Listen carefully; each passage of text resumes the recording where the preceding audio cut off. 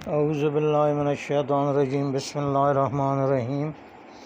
Major یونس نے پہلے سورہ رعد کی آیت نمبر 43 کے حوالے سے سوال کیا تھا، جس میں علم الکتاب کا ذکر ہے۔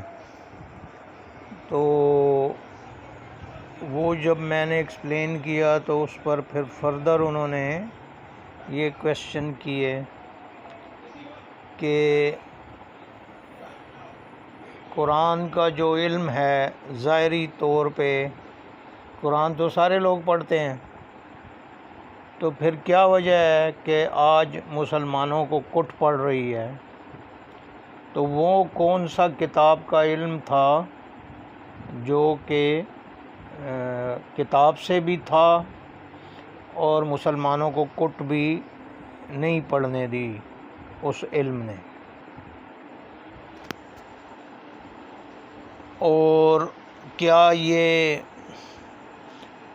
عمل پر منحصر ہے، کردار پر منحصر ہے، کسی کی عطا پر منحصر ہے، وغیرہ وغیرہ؟ تو ڈیفینیٹلی یہ ساری ڈائمینشنز اس میں شامل ہیں۔ ہم کتاب کو پڑھتے تو ہیں، لیکن جب تک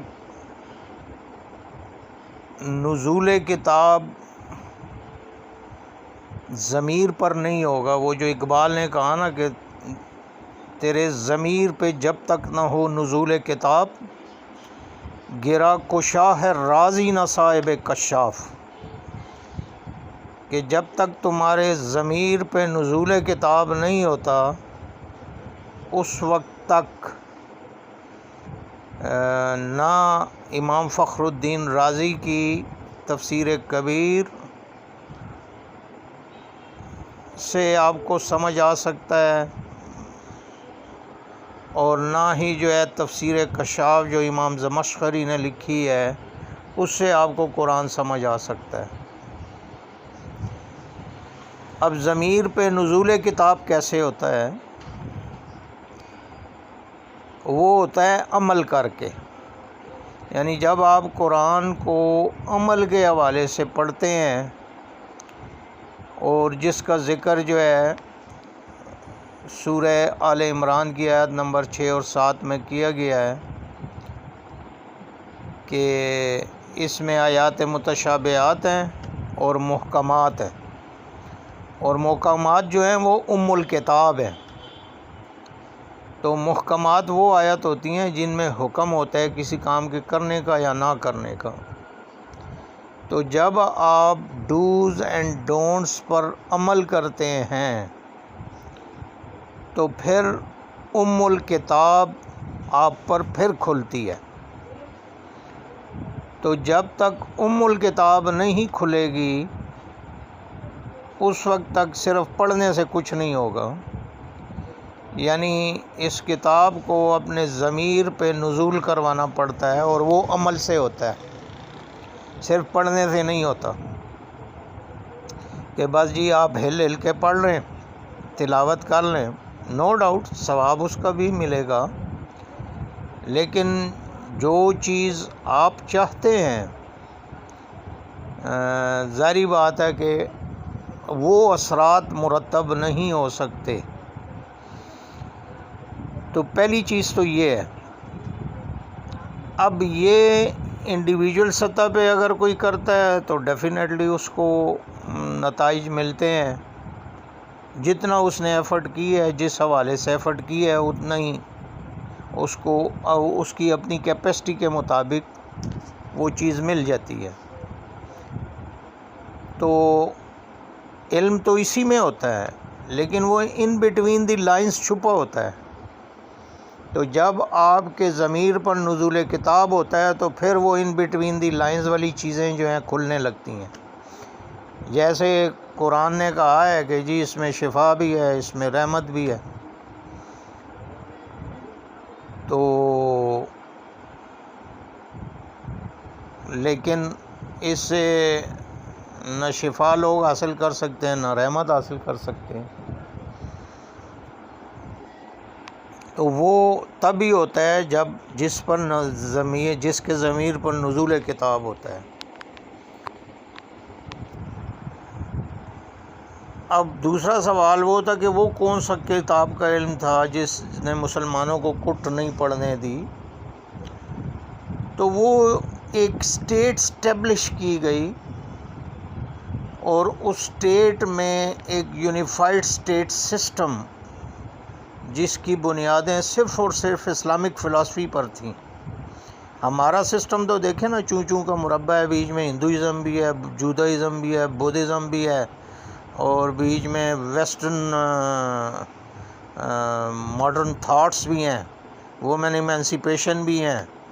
تو یہ جو چوں چوں کا مربع بنا ہوا ہے، اس سے سسٹم میں ڈائیکاٹمی پیدا ہوتی ہے، اور وہ ڈائیکاٹمی جو ہے پرسنالٹیز کے اندر ٹرانسمٹ ہوتی ہے، اور پرسنالٹیز کو وہ اتنے ہی حصوں میں بانٹ دیتی ہے۔ یعنی پرسنالٹی کے اندر شرک آ جاتا ہے۔ تو جب شرک آتا ہے تو اس وجہ سے پھر پرسنالٹی سے وہ سبلائمیشن اچیو نہیں ہو سکتی۔ لہٰذا اس کے لیے ضروری ہے کہ ایک امیر کے تحت ایک پوری اسٹیٹ میں فلی یونیفائڈ اسٹیٹ سسٹم امپلیمنٹ کیا جائے، اور اس امیر کی جب بیعت کی جائے گی تو اس سے اس قوم کی کولیکٹیو ول جنریٹ ہوگی، اور وہ جو کولیکٹیو ول ہوتی ہے وہ میٹا فزیکل ریلم میں فنکشن کرتی ہے۔ تو پھر وہ کٹ نہیں پڑنے دیتی، کیونکہ اس کا رابطہ جو ہے میٹا فزیکل ریلم سے ہو جاتا ہے۔ جب ایک قوم ایک خاص مقصد کو مد نظر رکھ کے پوری قوم جو ہے گیلونائز ہوتی ہے اس ایم کو اچیو کرنے کے لیے، تو اس سے اس کی کولیکٹیو ول جنریٹ ہوتی ہے۔ اور اگر اس کی بنیادیں جو ہیں توحید پر ہیں تو ڈیفینیٹلی وہ دوسری مشرک قوموں کی کولیکٹیو ول کو ڈومینیٹ کرتی ہے۔ تو ایک یہ ڈائمینشن ہے کہ جب تک آپ ایک اسٹیٹ قائم نہیں کرتے، وہ اس وقت یہی تھا نا کہ اسٹیٹ قائم تھی، اور وہ اسلام کی بنیاد پہ قائم تھی، اور حضور ختم مرتبت اس کے امیر تھے، اور پھر پورے صحابہ کرام نے سب نے ان کی بیعت کی، تو اس سے وہ کولیکٹیو ول جنریٹ ہوئی، اور یہ کولیکٹیو ول چلتی رہی خلفائے راشدین کے دور تک، جب تک کہ اس سسٹم میں ڈائیکاٹمی نہیں آ گئی اور خلافت سے ملوکیت میں کنورٹ نہیں ہو گئی۔ تو پھر آہستہ آہستہ مسلمانوں کو کٹ پڑنی شروع ہو گئی، کیونکہ ان کے اندر ڈائیکاٹمی آ گئی اور عمل سے بیگانہ ہو گئے۔ اب علم کیا ہے؟ اس کے لیے قرآن نے دو انڈیکیشن ہیں، یعنی قرآن کی جو علم کی ڈیفینیشن ہے وہ ٹوٹلی ڈیفرنٹ ہے، وہ عمل سے ریلیٹڈ ہے۔ ایک آیت ہے سورہ فاطر کی آیت نمبر 28 ہے، جس میں علم کی ڈیفینیشن دی گئی ہے کہ وَمِنَ النَّاسِ وَالدَّوَابِ وَالْأَنْعَامِ مُخْتَلِفٌ أَلْوَانُهُ كَذَلِكَ، اور انسانوں اور جانوروں اور چوپایوں میں بھی مختلف رنگ ہیں، اسی طرح جس طرح اور چیزوں کے رنگ ہوتے ہیں۔ انما یخشی اللہ من عبادہ العلماء، بس ڈرتے ہیں اللہ سے تو اس کے وہ بندے جو خشیت رکھتے ہیں اللہ کی، جو علم رکھتے ہیں، یعنی ڈرتے ہیں وہ بندے جو علم رکھتے ہیں۔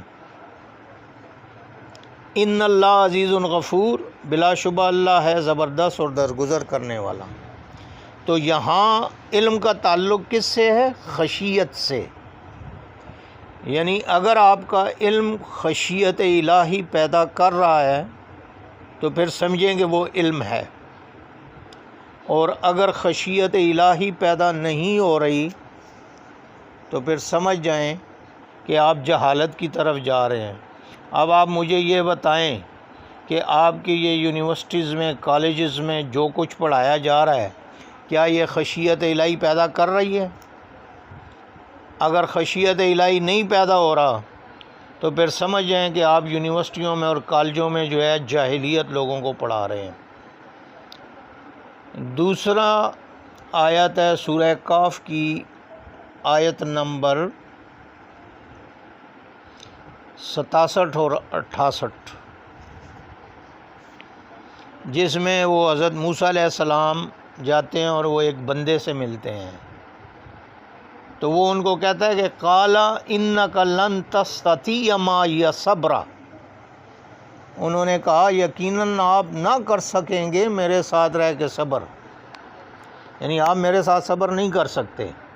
حضرت موسیٰ کو وہ بندہ کہہ رہا ہے، اور پھر آگے کہتے ہیں وَكَيْفَ تَصْبِرُ عَلَىٰ مَا لَمْ تُحِطْ بِهِ خُبْرًا، اور کیسے کر سکتے ہیں آپ صبر اس بات پر جس کی آپ کو خبر ہی نہیں ہے، جس کا آپ کو علم ہی نہیں ہے۔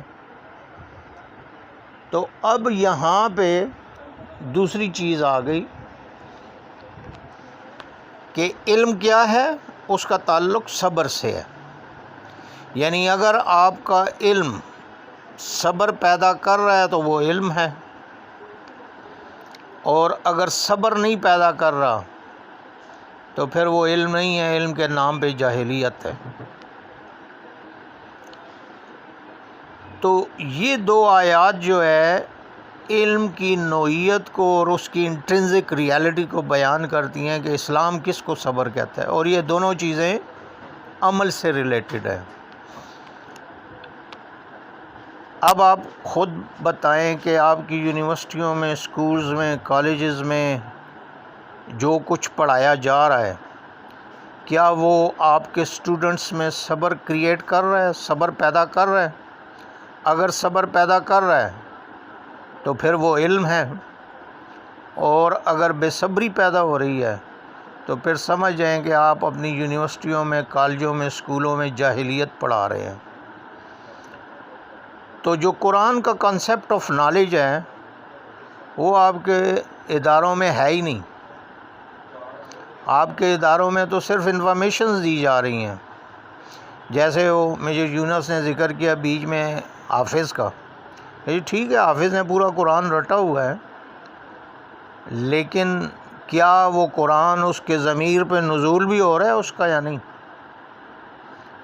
تو جب تک اس کا ضمیر پہ نزول نہیں ہوگا تو ٹھیک ہے، اس کو یاد تو ہے لیکن اس کے پاس کتاب کا علم نہیں ہے، وہ صرف اس نے کتاب یاد کی ہوئی ہے۔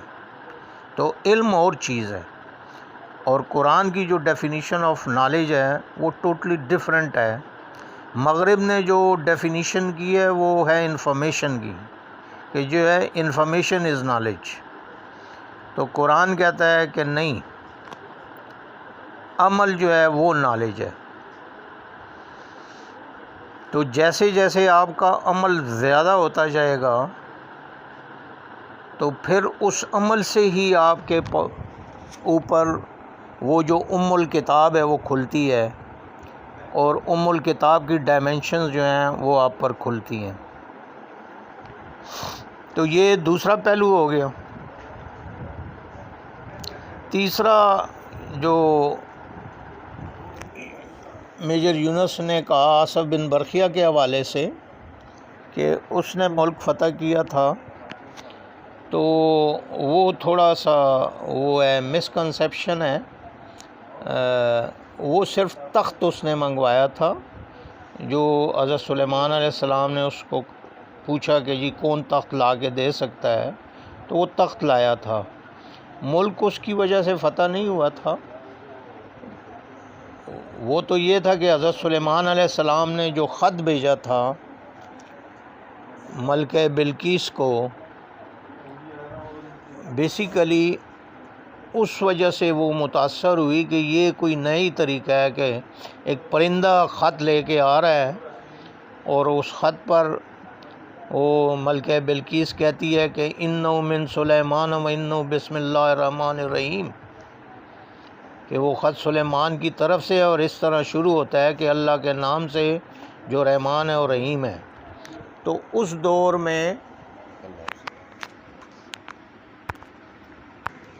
دور میں لوگ ان ناموں سے واقف نہیں تھے، اور پھر یہ طریقہ کار کہ جی ایک پرندہ لا رہا ہے بذات خود اس چیز کی گواہی دیتا تھا کہ یہ جو شخص ہے اس کی حکومت پرندوں پر بھی ہے، جس نے بھی خط لکھا ہے، تبھی تو پرندہ لا کے صحیح ایکچول بندے کو خط دیتا ہے۔ تو اس کا مطلب یہی ہوا کہ اس شخص کی پرندوں پر بھی حکومت ہے۔ تو مطلب ملک جو ملکہ بلقیس امپریس ہوئی تھی وہ اس چیز سے ہوئی تھی، اور پھر اس نے جب مشورہ کیا اور تحفہ بھیجا چیک کرنے کے لیے، اور وہ حضرت سلیمان علیہ السلام نے واپس کیا، اور ساتھ ہی ان کو دھمکی بھی دی کہ ہم آپ پر ایسے لشکر لے کر آئیں گے کہ جن کا آپ مقابلہ نہیں کر سکیں گی، لہٰذا آپ مطلب ہے کہ سر تسلیم خم کر کے ہمارے اس سامنے حاضر ہو جائیں۔ تو وہ پھر اس کو سمجھ آ گئی کہ یعنی ان کا مقابلہ ہم نہیں کر سکتے، اور اس نے اطاعت اختیار کر لی۔ تو باقی وہ تخت جو ہے اس سے پہلے پہنچا تو وہ مزید اس کے آئیڈیا کو تقویت دیتا تھا کہ یہ بندہ جو ہے ہماری سوچوں سے زیادہ پاورفل ہے، کہ جو میرا تخت جو ہے وہاں سے میرے پہنچنے سے پہلے اس نے منگوا بھی لیا، اور کس طریقے سے منگوایا یہ بھی پتہ نہیں ہے۔ تو ظاہری بات ہے اس کے ذہن میں تو یہ نہیں تھا کہ کچھ اس طرح کا بھی علم ہو سکتا ہے کہ وہاں سے تخت جو ہے پہنچ جائے پلک جھپکنے میں۔ تو یہ وہ ڈائمینشنز ہیں، یعنی اب جب آپ کمیونیکیٹ کر سکتے ہیں کائنات کے یہ جنود سے، یعنی پرندوں سے، انسیکٹ سے، یہ جتنی بھی مخلوق ہے یہ اللہ کے لشکر ہیں نا، تو اگر آپ ان سے کمیونیکیٹ کرنے کے قابل ہو جاتے ہیں تو وہ علم الکتاب کی ایک ڈائمینشن ہے۔ اسی طرح اگر آصف بن برقیہ والی ڈائمینشن آپ اچیو کرتے ہیں تو وہ بھی علم الکتاب کی ایک ڈائمینشن ہے، اور ان سب چیزوں کا تعلق جو ہے عمل سے ہے۔ یعنی ایک تو یہ کہ پریکٹیکلی جو ڈوز اینڈ ڈونٹس ہیں ان پر عمل، دوسرا یہ ہے کہ آپ کے شعور کی ویلاسٹی جو ہے وہ بڑھے قرآن پر تفکر و تدبر کرنے سے۔ تو جب آپ کی شعور کی ویلاسٹی آپ کے امیجینیشن سے زیادہ ہو جاتی ہے تو آپ ڈیوائن فریکوینسی میں داخل ہو جاتے ہیں، اور پھر وہاں جو ہے آپ کا کائنات سے، کائنات کے مالک سے رابطہ ہو جاتا ہے۔ تو وہ مقام جو ہے جب اچیو ہوتا ہے تو پھر کائنات آپ کے ساتھ کوآپریٹ کرنے لگتی ہے۔ تو نو ڈاؤٹ کہ اسی کتاب میں وہ علم ہے، لیکن وہ اس کے اوپر تفکر و تدبر کرنے سے اور اس پر عمل کرنے سے اور اس کا نزول اپنے ضمیر پر کروانے سے پھر وہ علم حاصل ہوتا ہے، اور ذکر اذکار کرنے سے آپ کے اوپر وہ ڈائمینشن کھلتی ہیں۔ تو ظاہری بات ہے یہ تو اب اللہ کی ریویلڈ بک ہے، اور اس کی اتنی ڈائمینشنز ہیں کہ وہ آنے والے وقت میں مزید نامعلوم کتنی ڈائمینشنز کھلیں گی۔